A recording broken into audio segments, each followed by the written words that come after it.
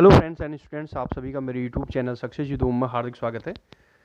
Friends, जैसा कि हमारा एनसीईआरटी कक्षा 9 विज्ञान का 14वां चैप्टर चल रहा था, नेचुरल सोर्सेज प्राकृतिक संपदा, तो उसके 2 पार्ट्स आपके हो गए थे। तीसरे पार्ट्स में आज हम चलेंगे। तो तीसरी पार्ट्स में आज हमारा है वायु प्रदूषण। नया टॉपिक आपके वायु प्रदूषण। तो फ्रेंड्स, चलने से पहले आप सभी से अनुरोध है कि आप वीडियो अंत तक देखें।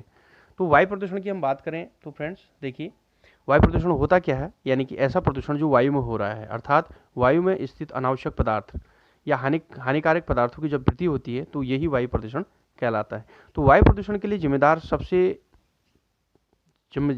सबसे अधिक चीज कौन सी है, कौन जिम्मेदार है वायु प्रदूषण के लिए? जीवाश्म ईंधन। तो जीवाश्म ईंधन को समझते हैं हम एक रेखा चित्र के माध्यम से। तो फ्रेंड्स, आप यहाँ पर देख रहे हैं एक रेखा चित्र के माध्यम से मैं आपको समझाऊंगा वायु प्रदूषण।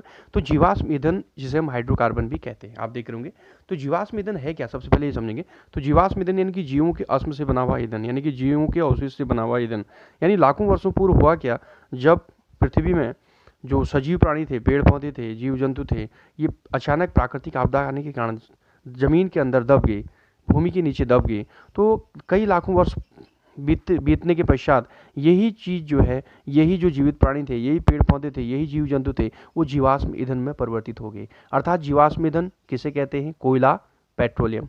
कोयला तो आपने देखा ही है। पेट्रोलियम पदार्थ के अंतर्गत डीजल, पेट्रोल और मिट्टी का तेल, वैसलीन, ये सब जीवाश्म ईंधन के अंतर्गत आते हैं या पेट्रोलियम पदार्थ के अंतर्गत आते हैं। तो जीवाश्म ईंधन में कोयला और पेट्रोलियम पदार्थ में आपका डीजल, पेट्रोल, मिट्टी का तेल है। अब जीवाश्म ईंधन आप समझ गए। हाइड्रोकार्बन भी कहते हैं। क्यों कहते हैं? क्योंकि हाइड्रोजन कार्बन से इनका निर्माण हुआ होता है। ये ईंधन जो है हाइड्रोजन और कार्बन से इनका निर्माण हुआ है, इसलिए इसको हाइड्रोकार्बन कहते हैं। Hydrogen, carbon, oxygen, nitrogen.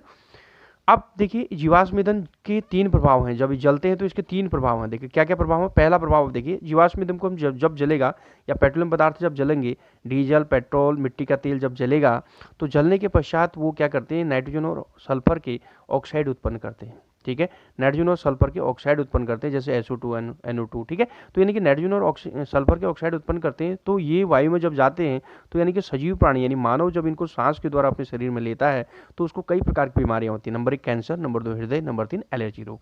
तो कॉन्सेप्ट क्लियर हो गया पहला। अब दूसरा में चलेंगे।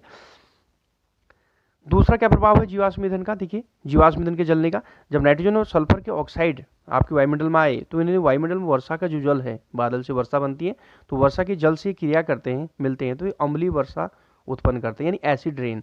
अब ये एसिड रेन हमारे लिए क्या हानिकारक है? यानी हमारे त्वचा संबंधी बीमारी उत्पन्न करता है और पेड़ पौधों की जो बाहरी जो त्वचा है या उनके जो कोशिकाओं को प्रभावित करता है अम्लीय वर्षा या एसिड रेन। ठीक है, पेड़ पौधों पर प्रभाव डालता है और मानव में बात करें तो मानव की त्वचा संबंधी बीमारी, एलर्जी संबंधी बीमारी उत्पन्न करता है। तीसरा इसका प्रभाव देखिए जीवाश्म ईंधन का, जब ये दहन होता है, जलता है या हाइड्रोकार्बन जलते हैं तो वायु में निलंबित कणों की मात्रा को बढ़ा देते हैं। यानी कि ये जो इनके जो कण हैं, छोटे छोटे कण, वो वायुमंडल में चले जाते हैं और निलंबित कणों की मात्रा वहाँ ज़्यादा होती है। तो उसका रिजल्ट क्या है? इससे हानि क्या है हमें? हानि ये है कि हमें धूम कोहरा देखने को मिलता है। सर्दियों के समय में आपने देखा होगा, जो जल है वो वायु के साथ मिल जाता है और वायु के मिलने के कारण एक कोहरा उत्पन्न करता है, धूम कोहरा उत्पन्न कर देता है, जिससे हमें दिखाई देने में बड़ी प्रॉब्लम होती है। हमें दिखाई नहीं देता आगे, हम कभी गाड़ी चलाते हैं तो आगे दिखाई नहीं दे रहा है, इतना लंबा कोहरा लग गया होता है। तो ये भी एक वायु प्रदूषण का ही आपका क्या है? संकेत है। तो फ्रेंड्स, ये था रेखा चित्र के माध्यम से जीवाश्म ईंधन के जलने से क्या प्रभाव है, वायु प्रदूषण किसके कारण मुख्य रूप से होता है? मुख्य रूप से जीवाश्म ईंधन या हाइड्रोकार्बन के जलने से, पेट्रोल, डीजल, मिट्टी के तेल जलने से और कार्बन, कोयला के जलने से वायु प्रदूषण की मात्रा बढ़ती है। इसके हालांकि और कई गैसें यहाँ, कार्बन डाइऑक्साइड, कार्बन मोनोऑक्साइड भी है, वो भी हैं, लेकिन प्रमुख रूप से आपका जीवाश्म ईंधन या हाइड्रोकार्बन उत्तरदायी है। तो फ्रेंड्स, चलते हैं एक और टॉपिक में। तो फ्रेंड्स, आपने सुना होगा लाइकिन्स। लाइकिन एक ऐसा पेड़ है, एक पौधा है जो 2 पौधों से मिलकर बना है, यानी कवक और शैवाल से मिलकर बना हुआ है।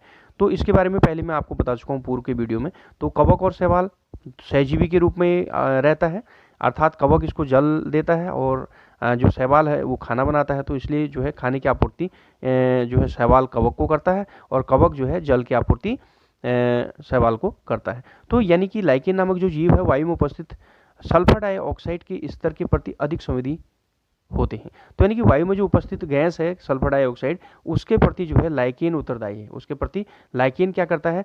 अब ये क्या उसके प्रति क्यों संवेदी है? इसका अर्थ, कहने का अर्थ ये है, सीधे सीधे आप एक लाइन में समझिए, जहाँ पर सल्फर डाइऑक्साइड गैस होगी वहाँ पर लाइकेन उत्पन्न नहीं होगा।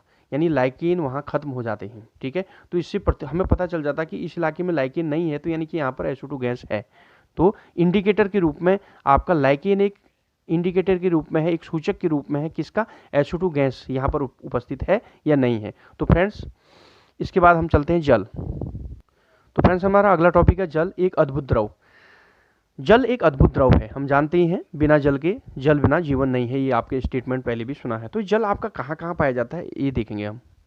तो फ्रेंड्स ये जल जो है पृथ्वी की सतह के सबसे बड़े भाग यानी कि समुद्र के रूप में पाया जाएगा, महासागर के रूप में पाया जाएगा, लेकिन इनका जो पानी होता है वो खारा होता है, यानी पीने योग्य नहीं होता है, जिसको मानव शरीर की बॉडी सहन नहीं कर पाती, इसलिए जो है ये हमारे लिए पीने योग्य नहीं है। ठीक है, दूसरा अब जल भूमिगत भी होता है। ठीक है, तीसरा जलवाष्प के रूप में वायुमंडल में पाया जाता है। ठीक है, जलवाष्प यानी कि जब आपका अत्यधिक गर्मी पड़ती है, गर्मी पड़ने के परिणाम स्वरूप जो जल है, भूमि में जो जल है, नदियों का जो जल है, समुद्र का जो जल है, वो वाष्प बनकर ऊपर उड़ जाता है और वायुमंडल में चले जाता है। ठीक है, बाद में यही जो जल है वहाँ संघनित होकर बादल का रूप धारण करता है और बादल वर्षा में परिवर्तित हो जाती है। अब देखिए शुद्ध जल, जल में शुद्ध जल कहाँ कहाँ पाए जाते हैं, दोनों ध्रुवों पर। पृथ्वी की हम बात करें तो आप पृथ्वी ये चित्र है, ये उत्तरी ध्रुव है, दक्षिण ध्रुव है, ये दोनों आपके बर्फ से ढके रहते हैं, तो ये शुद्ध जल है आपके, शुद्ध जल के रूप में। बर्फ से ढके पहाड़ जो है आपके, ग्लेशियर हैं, पहाड़ हैं, वो आपके शुद्ध जल के रूप में है। भूमिगत जल, भूमि के नीचे जो जल है वो भी शुद्ध जल है। हम हैंडपंप का पानी पीते हैं, आपने देखा होगा, वो शुद्ध जल ही है। नदी का पानी शुद्ध जल है, झील का पानी शुद्ध जल है, तालाब का पानी शुद्ध जल है। तो यानी कि जल, अब प्रश्न ये उठता है कि जल इतना महत्वपूर्ण क्यों है हमारे शरीर के लिए। तो फ्रेंड्स जल हमारे लिए इसलिए आवश्यक है क्योंकि सभी जो कोशिकीय प्रक्रियाएं होती हैं वो जलीय माध्यम में होती हैं।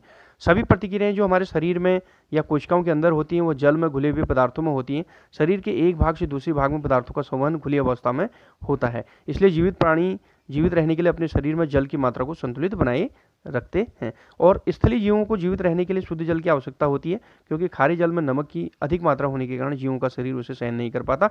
इसलिए प्राणियों और पौधों की को पृथ्वी पर जीवित रहने के लिए आसानी से जल उपलब्धि की स्रोत आवश्यक है।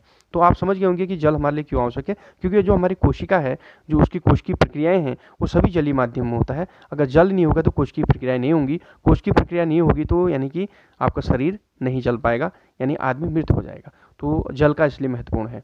तो फ्रेंड्स आपको मेरा वीडियो कैसा लगा, अगर अच्छा लगा तो please subscribe, like and share and bell को भी प्रेस कर दीजिएगा ताकि समय पर आपको नोटिफिकेशन प्राप्त हो जाए। तो मिलते हैं अगले वीडियो में।